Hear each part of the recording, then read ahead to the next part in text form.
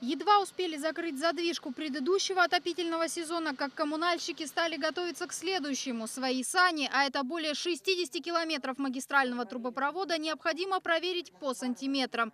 Это позволит найти возможные места прорыва и избежать крупных аварий во время сильных холодов. Без прорывов не обходится, и количество повреждений иногда измеряется десятками. Желательно, конечно, в эти дни не гулять вдоль тепловых сетей. Несмотря на то, что температура будет около 40 градусов, под повышенным давлением может появиться стихийный фонтан высотой до 3 этажей. Нагнетать атмосферу коммунальщики будут специальным насосом, который отправит давление в коллектор.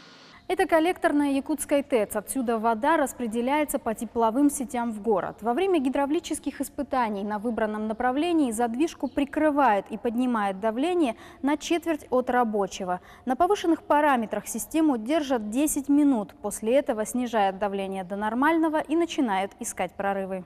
Поисками приходится заниматься в режиме ручного управления. После команды диспетчера бригады отправляются на объезд сетей. Кроме магистральных, также проверяют и внутриквартальные трубопроводы. Их протяженность более 300 километров. Вся сеть разделена, каждый наблюдающий знает свой участок, он прямо идет, смотрит, пишет, каждая свая пронумерована, магистральные сети, вот допустим, и прямо записывает дефект, что, где, как случилось.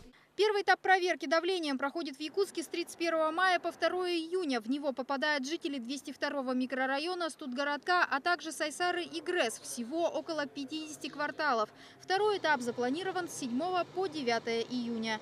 Анна Лебединская, Роберт Набиев. Вести, Якутск.